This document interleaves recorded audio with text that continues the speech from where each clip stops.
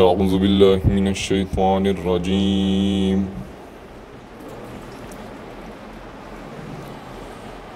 बिस्मिल्लाहिर रहमानिर रहीम।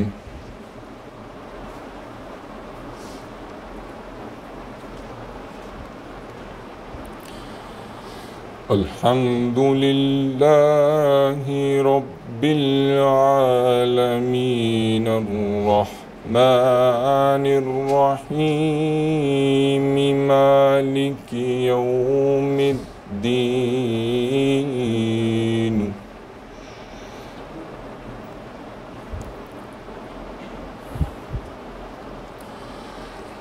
इय्याका नअबुदु व इय्याका नस्तईन।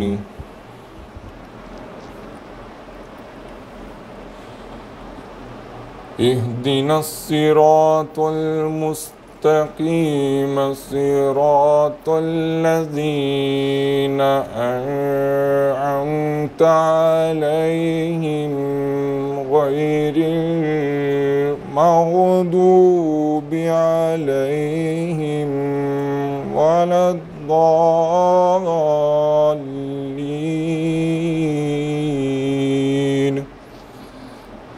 सदक़ल्लाहुल अज़ीम। आऊज़ु बिल्लाहि मिनश शैतानिर रजीम। बिस्मिल्लाहिर रहमानिर रहीम। रब्बि इश्रह ली सदरी व यस्सिर ली अमरी वहलुल उक़दतम मिन लिसानी यफ़क़हू क़ौली।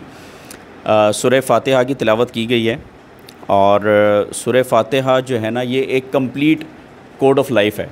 ठीक है, इसमें कुछ चीज़ें हैं जो आपने बड़ी इंपॉर्टेंट है, वो आपने बड़ी अच्छी तरीके से समझनी है।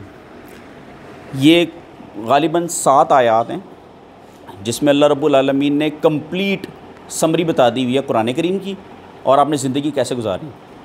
तो मैं बड़े शॉर्ट तरीके से आपको समझाने की कोशिश करता हूँ। जैसे सबसे पहले अल्लाह पाक ने फरमाया है सावेस अल्हम्दुलिल्लाह रब्बिल आलमीन का मतलब है तमाम तारीफ़ें अल्लाह ताला की। अच्छा, हम तारीफ़ उसकी करते हैं जो जिसमें वो क्वालिटी हो, जिसके अंदर कैपेबिलिटी हो। जैसे हम समटाइम कहते हैं ना, सर आप बहुत अच्छा पढ़ाते हैं, तो हमने तारीफ़ की। या अगर मैं कहूँ कि कोई यार आप बहुत मेहनती स्टूडेंट हो, इसका मतलब उसके अंदर क्वालिटी है, तो हम उसके अंदर तारीफ़ करते हैं। तो हम कहते हैं कि तमाम तारीफ़ें अल्लाह ताला के लिए हैं। इसका मतलब ये है कि दुनिया जहान की जितनी क्वालिटीज़ हैं वो सिर्फ़ किसकी हैं? अल्लाह रब्बुल आलमीन की। अब मैं आपको कुछ क्वालिटीज़ गिनवाने की कोशिश करता हूँ। हम बस ये थोड़ी बहुत कोशिश ही कर सकते हैं कि हम इस मैसेज को अदर वे अराउंड पहुँचा सकें। अब देखें, 1400 साल हो गए हैं कुरान करीम को नाजिल हुए हुए। 1400 साल से ज़्यादा अरसा का हो गया है। आप सल्लल्लाहु अलैहि वसल्लम ने 23 सालों में अल्लाह की आयात नाजिल हुई, रसूलुल्लाह ने कंपाइल करके हमें दिया।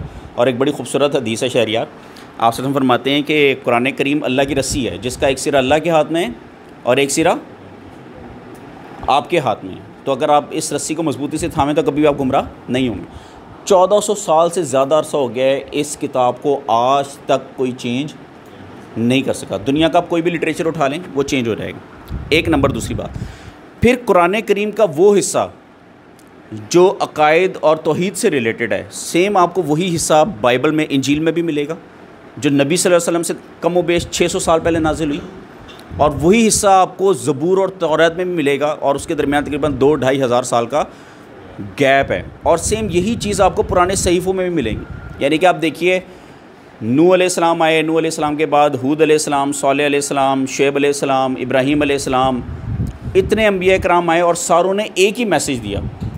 तो इसका मतलब ये है कि अल्लाह के सिवा कोई भी खुदा नहीं है। और दूसरी बात आप ये देखें कि अल्लाह पाक की जो सिस्टम है आप उसको देखिए। चाँद सूरज, दिन रात, सर्दी गर्मी, ज़िंदगी मौत, जन्नत जहन्नुम, पानी बर्फ़, ज़मीन, हर चीज़ को आप देखें, आपको किसी चीज़ में कोई भी रखना नहीं मिलेगा। ठीक है, बल्कि हमारे यहाँ पे माशाल्लाह कुछ अच्छे टीचर्स भी हैं जो एस्ट्रोनॉमी पे रिसर्च करते हैं। आपको पता होगा मिलियंस ऑफ गैलेक्सीज़ हैं और वो अपने मदार पे चल रही हैं। चाँद सूरज अपने मदार पे चल रहे हैं, लेकिन उसमें कभी भी आप ज़रा बराबर भी कोई कमी नहीं देखेंगे। तो अल्लाह रब्बुल आलमीन के लिए तमाम तारीफ़ें हैं, जिसने हमें पैदा किया, जिसने इंसानों की हिदायत के लिए अंबिया को भेजा और आज तक हमारे लिए क़यामत तक के लिए कुरान पाक महफूज करके रखी। इसका जो दूसरा हिस्सा है अर्रहमानिर रहीम। अर्रहमानिर रहीम का मतलब ये एक रहमत अल्लाह रब्बुल आलमीन की है जो सबके लिए कॉमन है। जैसे अभी इस वक्त सूरज आया हुआ है, दिन है, तो दिन सब इंसानों के लिए, सारी मखलूक़ात के लिए। रात आएगी सबके लिए आएगी कि भाई आराम करो, उसमें किसी ये इक्वलिटी है, सबके लिए बराबर है, चाहे वो मुसलमान है या नहीं है, चाहे वो इंसान है या नहीं है। अभी दिन है, सब जाग रहे हैं, रात आएगी सब क्या हो जाएंगे, सो जाएंगे। इस तरह रिस्क के मामला हैं, सारों के लिए बराबर मिल रहा है। बारिश होती है, फसल उगती है, सबके लिए उसमें रिस्क का बंदोबस्त है। इंसान भी खाते हैं, जानदार भी खाते हैं। आप देखें भैंस वगैरह हम गंदम वहाँ से ले लेते हैं और उनका चारा वो खा लेती हैं। तो एक रहमत सबके लिए, लेकिन एक रहमत ख़ास मोमिनीन के लिए। और मोमिनीन वो होते हैं जो अल्लाह रब्बुल आलमीन की किताब पर ईमान लाते हैं और किताब के मुताबिक ज़िंदगी गुजारते हैं। उनके लिए ख़ास रहमत यह है कि अगर वो सीधा चलते रहें तो उनके लिए दुनिया में भी कामयाबी है और आखिरत में भी। अल्लाह रब्बुल आलमीन उनकी दुआएं भी सुनना शुरू कर दें। अल्लाह रब्बुल आलमीन उनको अपने दोस्ती का दर्जा दे देंगे। जब आप अल्लाह रब्बुल आलमीन की बात सुनेंगे तो आप अल्लाह के पसंदीदा बंदे बन जाएंगे। तो अर्रहमानिर रहीम की ये तशरीह। मालिक यौमिद्दीन, मालिक यौमिद्दीन का मतलब यौम जज़ा का मालिक अल्लाह है। एक चीज़ आपने याद रख लेनी स्टूडेंट्स, वो जो दिन है ना वो हिसाब का है, वो जज़ा का है। उस दिन माफ़ी कोई नहीं है। मैं बस यही कहना चाह रहा हूँ, माफ़ी आज है, उस दिन सिर्फ आपका हिसाब होगा। अगर हमारे जहन में ये कॉन्सेप्ट है कि हम दुनिया में जो मर्ज़ी करते रहें, कल को जब अल्लाह पाक के हम सामने जाएंगे तो हम रोना शुरू कर देंगे, अल्लाह ताला हमें माफ़ कर देंगे, ऐसा नहीं है। वो यौम हिसाब है। उस दिन मिज़ान आएगा, हमारे अमाल तो ले जाएंगे और जिसके अमाल अच्छे होंगे उसको बख्श दिया जाएगा और जिसके नहीं होंगे उसको जहन्नुम में डाल दिया जाएगा। इय्याक नअबुदु व इय्याक नस्तईन, ए रब्बुल आलमीन हम आप ही की इबादत करते हैं और आपसे दुआ करते हैं। इबादत का मतलब याद रखिएगा, इबादत का मतलब ये है, हमारे यहाँ पे अक्सर लोग कहते हैं जी ला इलाहा इल्लल्लाह। ला इलाहा का मतलब ये कोई इबादत के लायक नहीं, इल्लल्लाह मगर सिर्फ अल्लाह। यानी कि हम कहते हैं जी हम अल्लाह के सिवा किसी से नहीं डरते, लेकिन हम इस आर्गूमेंट को यूज़ करते हैं गलत तरीके से कि हम अल्लाह के सिवा किसी से नहीं डरते और इनफैक्ट हम नाउज़ुबिल्लाह अल्लाह से भी नहीं डर रहे होते। नहीं, आप कहें मैं किसी से नहीं डरता मगर सिर्फ अल्लाह से। तो अल्लाह के जितने अहकामात हैं, जैसे आपने किसी को बुरे नाम से नहीं पुकारना, जैसे आपने किसी पे इल्ज़ाम नहीं लगाना, आपने किसी की ग़ीबत नहीं करनी, आपने झूठ नहीं बोलना, आपने वालिदैन का एहतराम करना, रिश्तेदारियाँ बढ़ानी हैं, आपने लोगों के साथ हुस्न अखलाक से बात करनी है, नमाज कायम करना, अल्लाह के अहकामात के मुताबिक माल खर्चना है। तो अल्लाह के जितने अहकामात हैं उन पर आपने डेलिबरेटली, इंटेंशनली, खुशी से अमल करना है। गलतियाँ इंसान से हो जाती हैं और अल्लाह रब्बुल आलमीन गफूर रहीम है। इय्याक नअबुदु व इय्याक नस्तईन इहदिनस सिरातल मुस्तकीम, ए अल्लाह मैं सीधे रास्ते पे चला। किन के रास्ते पे? अंबिया के रास्ते पे, जिन पर आपने इनाम किया। और हमें बचा उन लोगों से जिनसे आप गज़बनाक हुए, जैसे फ़िरौन, कारून और जिनका जिक्र कुरान करीम में। और सबसे बढ़कर गुमराह कौन था? शैतान। वो तकब्बुर कर गया तो हमने तकब्बुर नहीं करना, हमने हक़ को नहीं जुटलाना, हक़ को नहीं जुटलाना। अगर सूरज है तो अगर आप कहें नहीं जी सूरज नहीं है तो फिर आप बेवकूफ़ हैं, दुनिया बेवकूफ़ नहीं है। तो इसमें हम रिव्यू लेने के लिए कुछ स्टूडेंट्स को हम कहेंगे। तो शहरियार आप आइए प्लीज़, आप इस पर रिव्यू दें।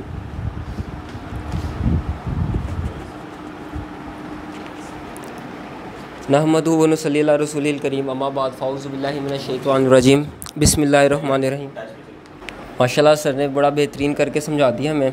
इसमें कुछ चीज़ें मैं ऐड करना चाहूँगा। सूरत फातिहा कुरान की पहली सूरत है और इसको उम्मुल कुरान भी कहा गया है अहादीस के अंदर।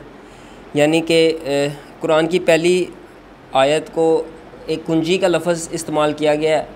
यानी कि यही एक ऐसी सूरत है जिससे कुरान खुलता है और कुरान का पूरा मुकदमा इस सूरत के इर्द-गिर्द रोटेट करता है। इसके अलावा कुछ अहादीस के साथ मैं रेफरेंस दूंगा जिससे इसकी और अज़मत के बारे में बात की जाए। सबसे पहले मैं कुरान पारा नंबर 14 सूरत अल हिजर आयत नंबर 87 के बारे में बताना चाहूँगा कि इसमें अल्लाह ताला कहते हैं कि और बेशक हमने तुमको 7 आयात दी जो फजीलत वाली हैं और अज़मत वाला कुरान। यानी कि ये वाहिद ऐसी सूरत है जिसका ख़ुद ज़िक्र कुरान में अल्लाह ताला ने किया है। और अज़मत वाला कुरान एक जगह पूरा कुरान, और इन 7 आयात का ज़िक्र अल्लाह ताला ने एक अलग जगह किया। इसके अलावा सही बुखारी और सही मुस्लिम की मुतफ़क्का हदीस है, उसमें नबी इस्लाम फरमाते हैं कि उस शख्स की नमाज नहीं होती जो सूरह फातिहा बीच में नहीं पढ़ता। यानी कि हर सूरह फातिहा को एक फ़जीलत इस तरह से भी हासिल है कि सूरह फातिहा को हमने हर फ़र्ज़ नमाज के अंदर, हर सुन्नत नमाज के अंदर, हर नफल नमाज के अंदर पढ़ना ही पढ़ना है। अगर हम नहीं पढ़ेंगे तो हमारी नमाज कबूल नहीं होगी।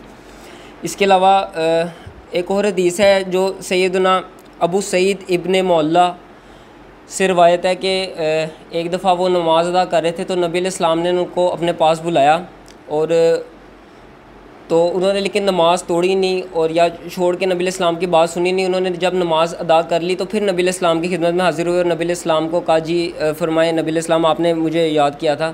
तो नबी इस्लाम ने उनको थोड़ा डांट के कहा कि मैंने तुम्हें जब बुलाया तो इससे मतलब यह है कि मैं तुम्हें हुक्म दे रहा हूँ, और अल्लाह ताला का हुक्म देना यानी कि नमाज अदा करना पैरेलल था नबी इस्लाम के हुक्म को, यानी कि दोनों हुक्म इक्वल थे। दोनों को अगर उनको जब नबी इस्लाम ने बुलाया तो उनको नमाज़ तोड़ के नहीं, नमाज़ छोड़ के पहले नबी इस्लाम की बात सुननी चाहिए थी, उसके बाद नमाज़ कंटिन्यू करनी चाहिए थी, जो कि उन्होंने नहीं की। तो नबी इस्लाम ने उनको थोड़ा सा डांट दिया। नबी इस्लाम की आदत थी कि जब भी वो किसी को अगर डांट देते थे तो आगे से फिर उनकी दिलजोई करने के लिए उनको कोई ऐसी तालीम अता करते थे, यानी कि तालीम दे देते थे जिससे उनको फ़ायदा होता, या अगर उनके पास होते तो उनको कोई अच्छी बात बता देते ताकि उनको बुरा ना लगे।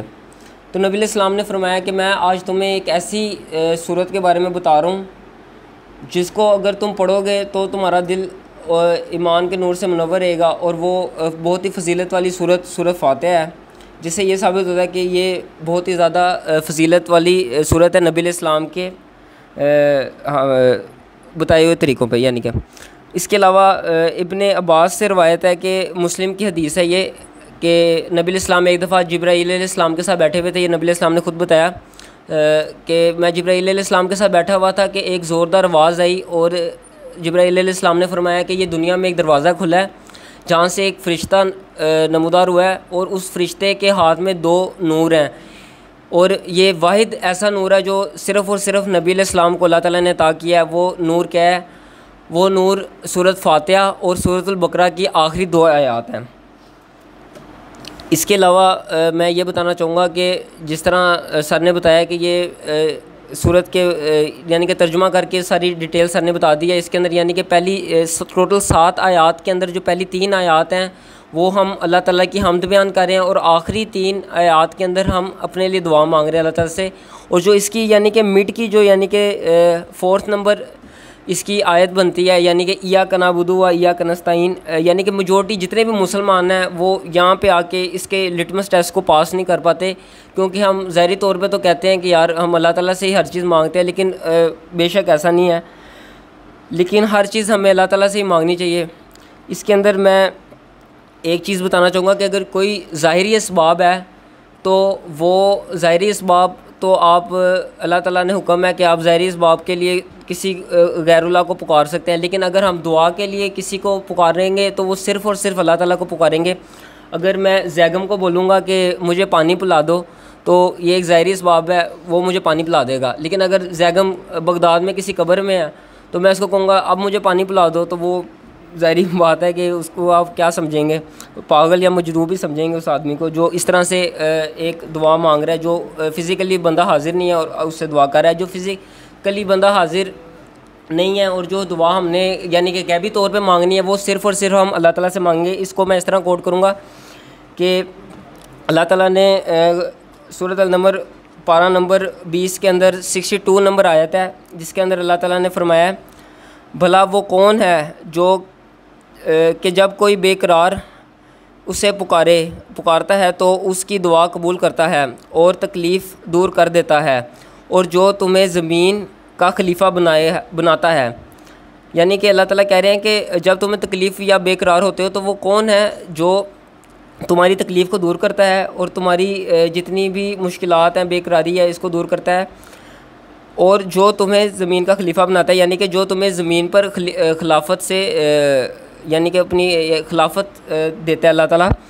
सेकंड के क्या फिर भी तुम कहते हो कि अल्लाह के साथ कोई और खुदा है, जबकि अल्लाह ताला के सिवा कोई तकलीफ़ को दूर करने वाला नहीं है, लेकिन हमने उसके अलावा भी अल्लाह ताला को शरीक, अल्लाह ताला के साथ दूसरों को शरीक किया हुआ है। नहीं, बिल्कुल तुम बहुत कम नसीहत कबूल करते हो। यानी कि अल्लाह ताला यहाँ पे हमें फरमा रहे हैं कि तुम्हें बहुत कम नसीहत मिलती है कि अगर तुम मेरे साथ किसी और को शरीक जब ठहराते हो तुम्हें इसकी नसीहत कबूल नहीं करते। जज़ाकल्लाह खैर। अस्सलाम वालेकुम। मैं आज आपको जो है वो कुरान की एक सूरत बताऊंगी। यहाँ से सूरह जो है वो सूरह फातिहा, इय्या का नाबुदु व इय्या का नस्ताइन। इसका मतलब ये है कि कहते हैं हम तेरी इबादत करते हैं, मतलब कि हम अल्लाह ताला की इबादत करते हैं, हमें अल्लाह ताला के सिवा किसी और की इबादत नहीं करनी चाहिए। और जो अल्लाह ताला ने जो हुक्म फरमाया हमें उसी के मुताबिक जो अपनी ज़िंदगी गुजारनी चाहिए। और क्या कहते हैं उसके बाद है एहदिन सिरातल मुस्तकीम, हमें सीधे रास्ते पे चलना चाहिए। मतलब कि अल्लाह ने जो कुरान पाक में फरमाया है हमें उसी के मुताबिक अपनी ज़िंदगी गुजारनी चाहिए। और हमें सिरातल लज़ीना अनअमता अलैहिम गैरिल मग़दूबी अलैहिम वलद्दालिन, अल्लाह के और जो क्या कहते हैं हमें जो हुज़ूर पाक सल्लल्लाहु अलैहि वसल्लम है हमें उन्हीं के रास्ते पे चलना चाहिए। जिस तरह वो सच बोलते थे हमें सच बोलना चाहिए, हमें झूठ नहीं बोलना चाहिए। और अल्लाह ताला हमें कहते हैं झूठ बोलने से और क्या कहते हैं बाकी गुनाहों से जो है वो हमें बचाए। और जो भटक गए हैं और जिस तरह के और हमें भटके हुए रास्ते से बचाए। जिस तरह फ़िरौन है वो अल्लाह ताला की उसने बात नहीं की, अल्लाह ताला को उसने फरमानी नहीं की, तो क्या कहते उसने अल्लाह ताला ने जो है वो उसको अज़ाब दिया। तो बस यही है कि हमें जो है वो सीधे रास्ते पे चलना चाहिए, अल्लाह के हुक्म से फरमाना चाहिए।